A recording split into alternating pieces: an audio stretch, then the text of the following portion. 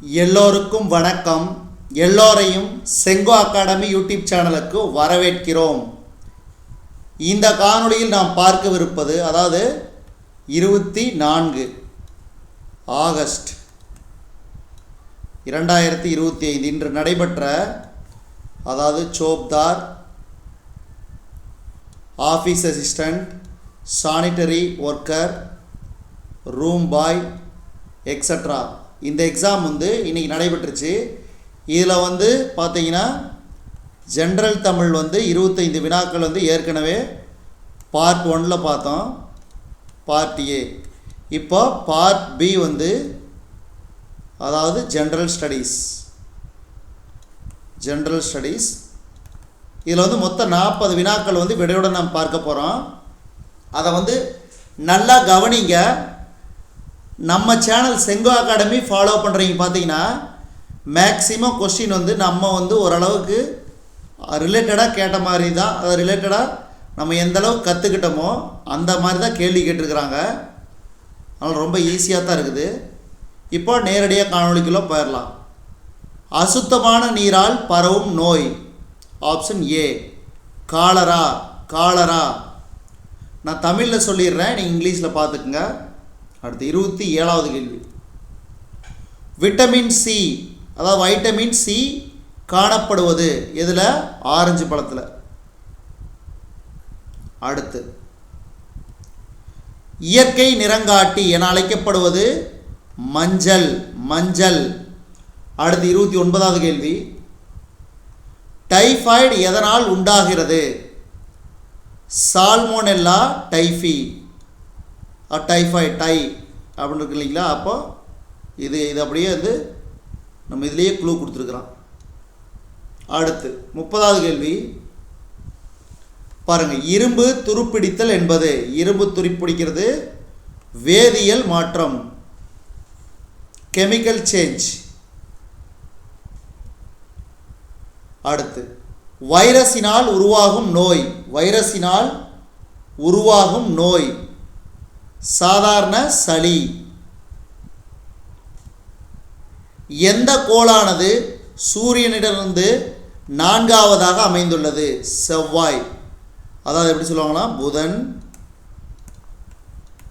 வெள்ளி, பூமி, இது முதல் 3. அடுத்தது செவ்வாய், வியாழன், சனி. 1 2 3 4 5 6. அடுத்து யுரேனஸ் 7. அடுத்து நெப்டியூன். இது ஞாபகம் வச்சுங்க. அடுத்த எக்ஸாமுக்கு வரும்போது, அடுத்து நீங்கள் எந்த எக்ஸாம் ப்ரிப்பேர் பண்ணாலும் சரி, காம்படிட்டிவ் எக்ஸாம் ப்ரிப்பேர் பண்ணும்போது உங்களுக்கு யூஸ்ஃபுல்லாக இருக்கும். அப்போ 4வது அமைந்தது செவ்வாய்க்கோள். செவ்வாய்க்கு நம்ம இந்தியா சார்பாக அனுப்பப்பட்ட விண்கலத்தோட பேர் என்ன? மங்கள்யான். இதெல்லாம் ஞாபகம் வச்சுக்கணும், ரொம்ப ரொம்ப முக்கியம். அடுத்து 33வது கேள்வி. சர்வ கரைப்பான் எனப்படுவது, இது நம்ம சேனல்லையே பல முறை பார்த்தோம், நீர். அடுத்து எந்த சேர்மம் சுண்ணக்கட்டி தயாரிக்க பயன்படுகிறது? Calcium carbonate. அடுத்த கேள்வி. பிட்யூட்டரி சுரப்பி அமைந்துள்ள இடம்? மூளையின் அடிப்பகுதி, at the base of brain. அடுத்து நிலநடுக்கம் மற்றும் கடலடி நிலச்சரிவுகளால் ஏற்படும் பேரலையின் பெயர்? அதுக்கு பேர் தான் சுனாமி. அடுத்து பின்வரும் மருத்துவ தாவரங்களில் எது இருமல் மற்றும் சளியை குணப்படுத்த உதவுகிறது? இதுக்கு சரியான விடை துளசி. அடுத்து டேஸ் என்ற கருவி வெப்பநிலையை அளவிட பயன்படுகிறது? வெப்பநிலையை அளவிட பயன்படுவது வெப்பமானி. அடுத்து இந்தியாவில் நீர் மாசடைதலுக்கான முக்கிய காரணிகள்? இதுக்கு பார்த்தீங்கன்னா இவை அனைத்துமே நகரமயமாக்கல், கழிவுநீர், தொழிற்சாலை கழிவுகள் இவை அனைத்துமே நீர் மாசடைதலுக்கான காரணங்கள். அடுத்து 40வது கேள்வி, தேர்தல் ஆணையர்கள் இவரால் நியமிக்கப்படுகின்றார். அப்போ இந்திய குடியரசுத் தலைவர். தற்போது இந்திய குடியரசுத் தலைவர் யாரு? திரௌபதி முர்மு.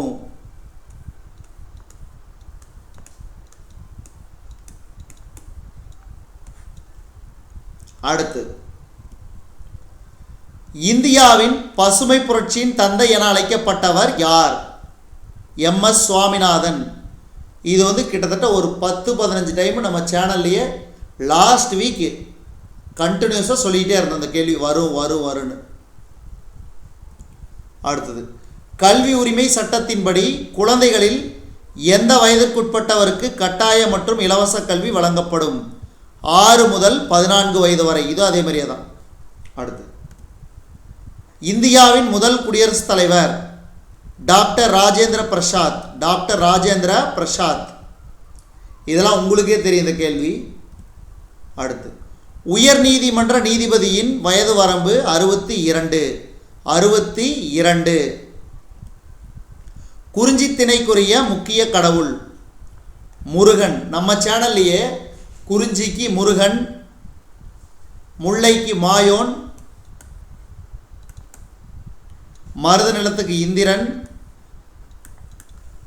அதே மாதிரி நெய்தலுக்கு வருணன்,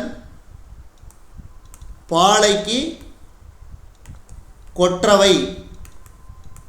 ஸோ அதனால் இதெல்லாம் எப்பயுமே ஞாபகம் வச்சுக்கணும். இப்போ மாயோன்னா வேறு யாரும் இல்லை, திருமால். இதில் சிவன் மட்டும் வரமாட்டார் இந்த 5 நிலங்களில். கீழ்கண்ட நோய்களில் எந்த நோயானது இரும்பு சத்து குறைபாட்டால் ஏற்படுகிறது? நம்ம தான் ஏற்கனவே இதெல்லாம் பார்த்துருந்தோம். இரத்த சோகை, அதாவது ரிக்கெட்ஸுங்கிறது விட்டமின் டினால். அதே மாதிரி முன்கழுத்து கடலை அயோடின் குறைபாட்டால்.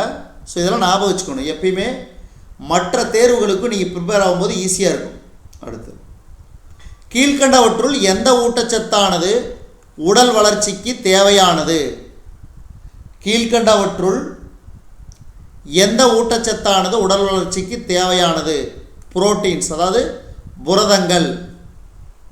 அடுத்து, வைட்டமின் சி குறைபாட்டால் ஏற்படும் நோய்? ஈறுகளில் இரத்த கசிவு. ஈறுகளில் இரத்த கசிவு. அடுத்து 49வது கேள்வி, த டேர்ம் WHO ரெஃபர்ஸ், அதாவது WHOங்கிறது என்னது? உலக சுகாதார நிறுவனம், வேர்ல்டு ஹெல்த் ஆர்கனைசேஷன்.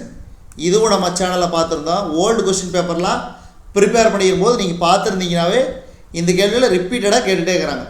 அடுத்து, வாந்தி எடுத்தாலோ அல்லது வயிற்றுப்போக்கு ஏற்பட்டாலோ நம் உடலிலிருந்து அதிகளவு நீர் வெளியேற்றப்பட்டு உப்பின் சமநிலை சீரற்று போகிறது. இதற்கு காரணம் சமநிலையின்மை, அதிக நீர் வெளியேற்றம். அப்போ இது இரண்டுமே சரி. அடுத்து 51, இனப்பெருக்க முதிர்ச்சியின் காலமான 11 முதல் 19 வயது வரை உள்ள பருவத்தை எவ்வாறு குறிப்பிடலாம்?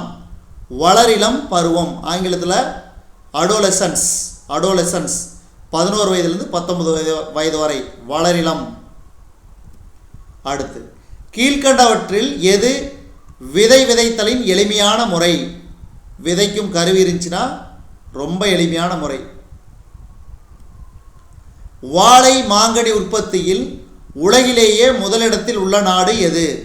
வாழை மற்றும் மாங்கனி உற்பத்தியில் உலகிலேயே முதலிடத்தில் உள்ள நாடு இந்தியா. அடுத்து, வாய்வழி நீரேற்ற கரைசலில் அடங்கியுள்ளவை. இதை பற்றி நம்ம சேனல்லே நான் கேள்வி கேட்டிருந்தேன். ஓஆர்எஸ் கரைசல்னா என்ன அப்படின்னு. நிறைய பேர் ஆன்சர் சரியாக சொல்லியிருந்தீங்க. அநேகமாக நான் நினைக்கிறேன் நம்ம சேனலை ஃபாலோ பண்ணுறீங்க இந்த கேள்வி நீங்கள் மிஸ் பண்ணியிருக்க மாட்டீங்க, சரியாக எழுதியிருப்பீங்கன்னு நான் நினைக்கிறேன். உப்பு சர்க்கரை நீர். உப்பு சர்க்கரை நீர். அடுத்து 55வது கேள்வி, மருந்துகளின் ராணி பென்சிலின். இந்த கேள்வியும் பல முறை நாம் டிஸ்கஷன் பண்ணோம். அடுத்து இனி வருவது மேக்ஸ் கொஸ்டின். ரொம்ப ரொம்ப ஈஸியாக இது போன வருஷமே கேட்டிருந்தாங்க. 2024 கேட்ட கொஸ்டின் தான். 10 கூட்டல் 17 27 வகுத்தல் 3 எவ்வளோ வரும்? 9 3 27. அப்போ ஆப்ஷன் பி. ரொம்ப ரொம்ப ஈஸி. அப்படியே போன வருஷம் கேட்ட கொஸ்டின் அப்படியே எடுத்து கேட்டிருக்க, கட் காப்பி பேஸ்ட். அடுத்து இந்த கேள்வி பாருங்கள் -100 -0 + 100 இப்படி கேட்டிருக்கிறான். அப்போ இது அடைப்புக்குள்ள கொடுத்தாலும் இந்த மாதிரி தான். அப்போ 100 100 கேன்சல், மீதி எனக்குது 0. அப்போ இதுக்கு சரியான விடை 0. இந்த மாதிரி ஈஸியாக தான் கேட்பா கொஸ்டின். அடுத்து பாருங்கள், அடிப்பக்கம் 12 மீட்டர் மற்றும் உயரம் 8 மீட்டர் அளவுகள் கொண்ட இணைகரத்தின் பரப்பளவு அதாவது b × h, அடிப்பக்கம் × உயரம். அப்போ 12 × 8 1296 சதுர மீட்டர். அப்போ ஆப்ஷன் டி. அடுத்து 59வது கேள்வி. அதாவது 8436 100களுக்கு முழுமைப்படுத்தின என்னது? 8400. இதெல்லாம் ரொம்ப ஈஸி, யோசிச்சாவே ஆன்சர் எழுதிடலாம். அடுத்தது ஏ மற்றும் பி ஆகிய இருவரும் இணைந்து ஒரு வேலையை 16 நாட்களில் முடிப்பர். ஏ தனியே அந்த வேலையை 48 நாட்களில் முடிப்பர் என்றால் பி தனியே அந்த வேலையை எத்தனை நாட்களில் முடிப்பார்? அப்போ என்ன கொடுத்துருக்குறான்? ஏ + பி சேர்ந்தா 16 நாள்.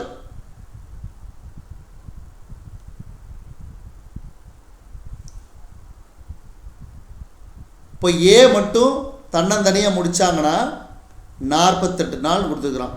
ஏ மட்டும் 48 நாள், பி வந்து எத்தனை நாளில் முடிப்பாங்க?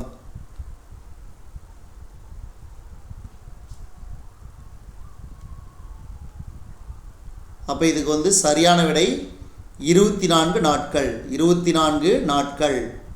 ஸோ இந்த கேள்வி வந்து உங்களுக்கு வந்து தனியாக வந்து உங்களுக்கு சொல்லித்தரேன், அதனால் ஆன்சர் ஞாபகம் வச்சுங்க. 24 நாட்கள். அடுத்து 61வது கேள்வி. 85.073 என்ற எண்ணில் 3இன் இடமதிப்பு. அப்போ இது எப்படி எழுதுவோம்? 0/10, 7/100, 3/1000. அப்போ 1000ல் 1 தான் இந்த இடமதிப்பு. அடுத்து ஒரு நேர்கோட்டின் மீதுள்ள ஏதேனும் ஒரு புள்ளியில் அமையும் கோணம். இப்போ நேர்கோடுனா ஏதேனும் புள்ளியில் அமைச்சுன்னா அதனோட கோணம் என்னது? 180 டிகிரி. அடுத்து 63வது கேள்வி. W வாரங்களில் உள்ள நாள்களின் எண்ணிக்கை 7W. அவ்வளோதான். அடுத்து 25லிருந்து 35 பிரிவு இடைவெளியில் மேல் எல்லை, அதாவது அப்பர் லிமிட் வேல்யூ கேட்குறாங்க. மேல் எல்லை வந்து 35. Option C. இந்த காணொளியின் கடைசி கேள்வி. தள்ளுபடி குறித்த விலையிலிருந்து கழிக்கப்பட்டு விற்பனை விலை பெறப்படுகிறது. தள்ளுபடிங்கிறது குறித்த விலையிலிருந்து கழிக்கப்பட்டு விற்பனை விலை பெறப்படுகிறது. இதுவரைக்கும் நம்ம இந்த காணொளி வாயிலாக பார்த்தது பார்த்தீங்கன்னா செங்கோ அகாடமி. புரிஞ்சுங்களா?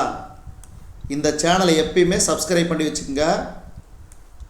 இப்போ இதுவரைக்கும் நம்ம பார்த்தது ஜென்ரல் ஸ்டடி ஜிஎஸ் வந்து 40 வினாக்கள் பார்த்தோம். அதே மாதிரி ஏற்கனவே பார்ட் ஏவில் ஜிடி ஜென்ரல் தமிழ் வந்து 25 வினாக்கள் பார்த்தோம். நீங்கள் இந்த காணொளி பார்த்துட்டு 40 + லாஸ்ட் காணொளி பார்த்தீங்களா 25,